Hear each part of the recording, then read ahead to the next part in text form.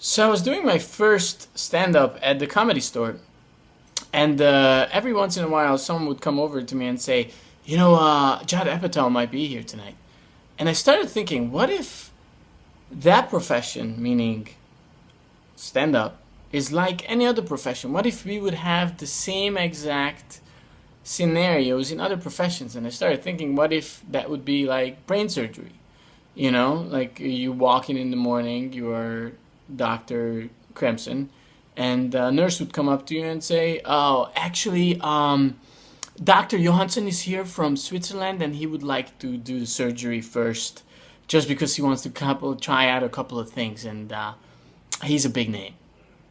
Or if a nurse, you're doing surgery in the middle of it, it would just come up and say, a nurse would say, "One more minute. You have one more minute." It's one of those things where if the more you think about it, the funnier the situations become.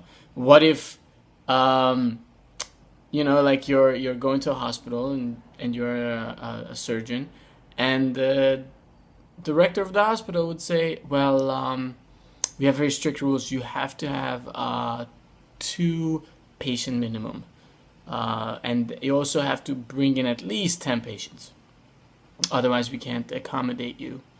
I was the last one that night, and usually the way it works is that the headliner goes last, but that was one of those stand-up comedies where you basically just had different people, and then depending on how much he knew you, you'd be in the middle of it. That would be like the best spot. What if you walked in the middle of the morning and you saw that your surgery was last, and you're like, "Oh God, that means I suck," you know?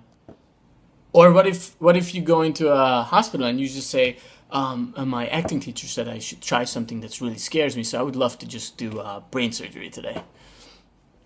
Or if you just go into surgery and then you talk to one of the doctors as you're washing up and say, like, "So what are you gonna do today?" And the other doctor would be, "I don't know. I was thinking about going from the frontal lobe."